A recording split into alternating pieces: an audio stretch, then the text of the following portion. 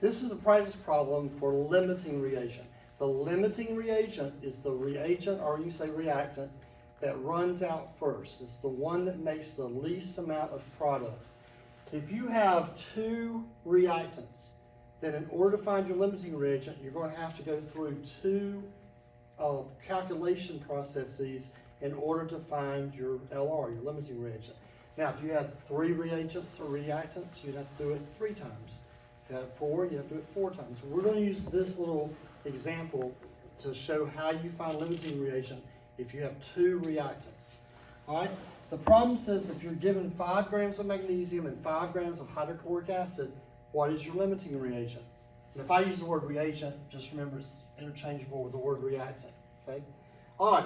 So what we have to do is we say, all right, the problem says 5 grams of this, and it says 5 grams of this.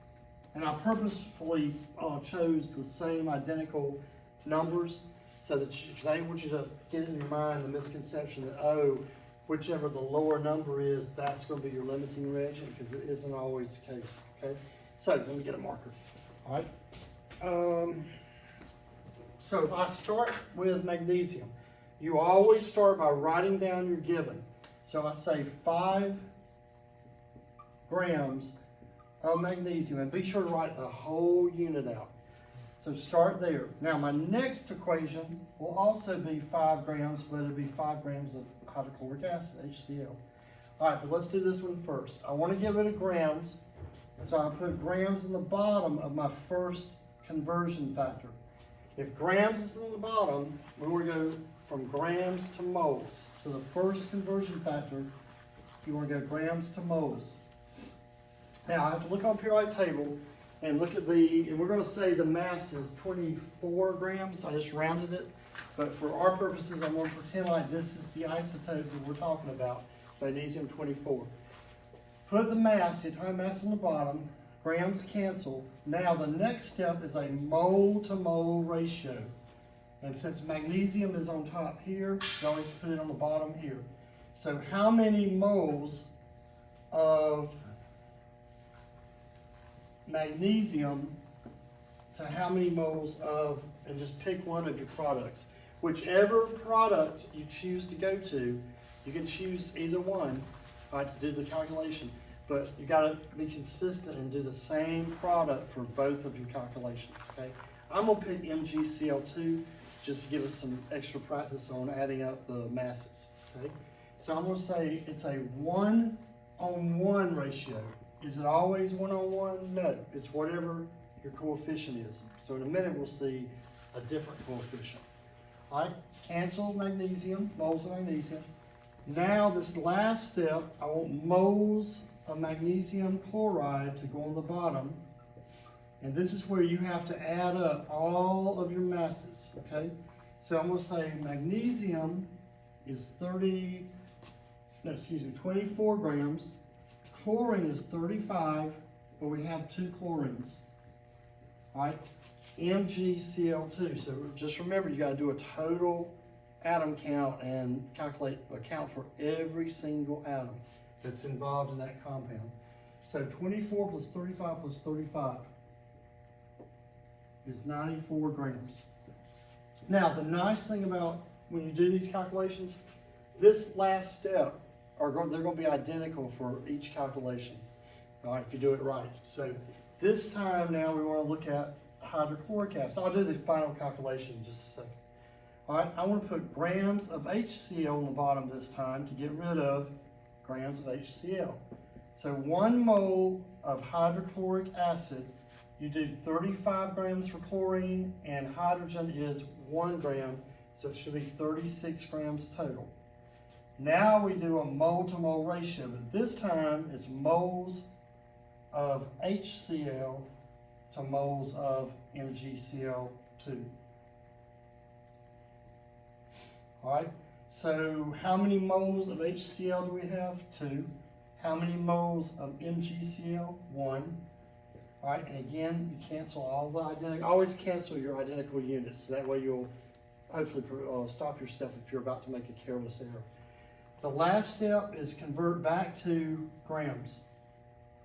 And again, if you've calculated the molar mass correctly, this last step will be identical for both calculations. All right, bam. So now, before we do the calculation, just to recap, what did we, this looks like a bunch of stuff, right? But it's actually not near as hard as it may initially look. We started by writing down the given, and because the given's in grams, we convert grams to moles, so we converted to moles. All right, then we did, this is important, a mole to mole ratio. All right, and then we convert back to grams. Now, of course, if the problem asks you for your answer, like how many moles could you make, then you would stop right there after and do your calculation. But we're going to take it all the way back to grams, all right? But again, it kind of depends on each problem what it's asking you to find. We're assuming when it says what is a limiting reactant, first we're going to find out how many grams of each product can be made, and then the least number, the smallest number, that's your LR. All right, let's do the number crunching.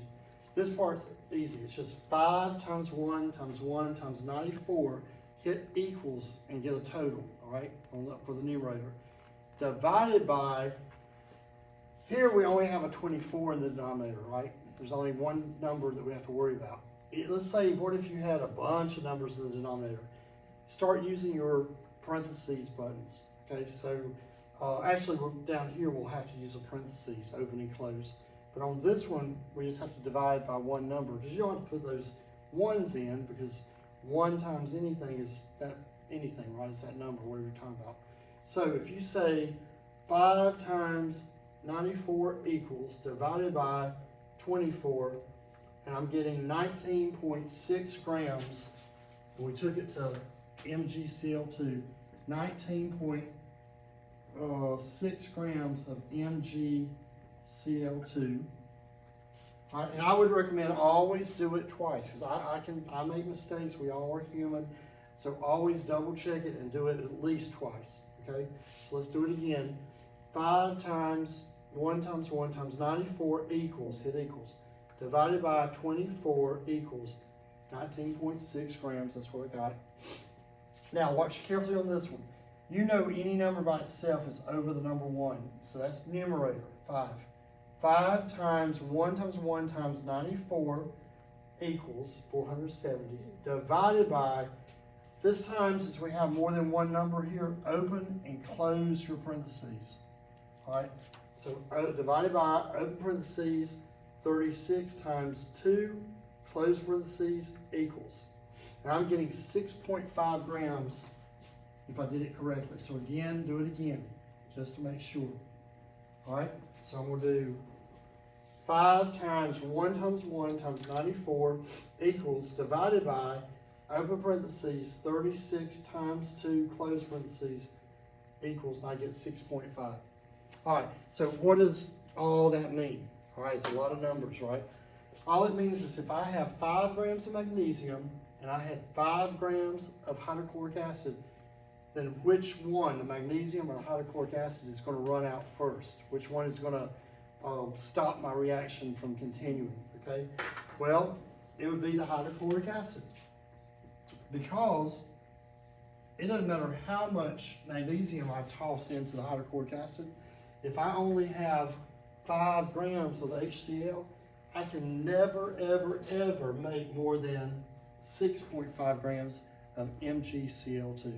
And the lowest, the smallest number for the product, that's your LR. So this is the one that's the limiting reagent, and we would say HCl is our limiting reagent, hydrochloric acid. All right, so just to again recap, whichever reactant runs out first, that's your limiting reagent. So whichever reactant you have more than enough of, that's said to be in excess. It's excessive. You have more than you need. So when earlier today we did this actual reaction in class, I was generating some hydrogen gas, and we did little hydrogen eggs and combustion and all that.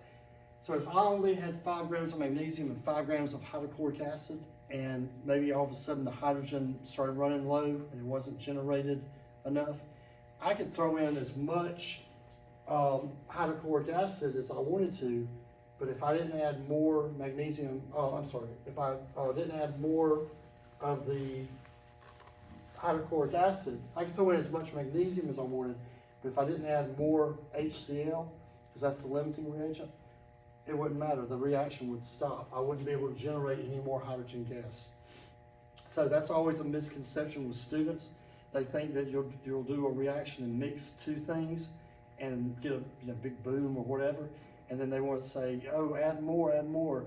Adding more of one thing, eventually everything's a set ratio. So keep the big picture of this.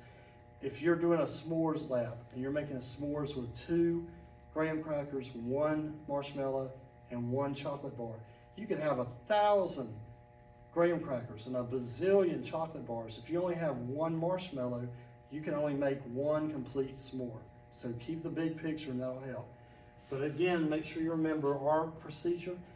We did the given, always do the given, and you gotta do 2 different calculations because there are 2 reactants, okay? We converted the given from grams to moles. You do that by looking at the atomic mass on the periodic table of the element you're looking at. Then we did a mole to mole ratio. Well, how do we know what numbers to put there? We have to look at the balanced equation and look at the big number, the coefficient, okay? And then we converted the moles of product back to grams. And does it matter which product I take this to in order to find the limiting reagent? No, but as long as for both equations, you have to take it to the same product in order to find your limiting reagent. And that's how you find limiting reagent.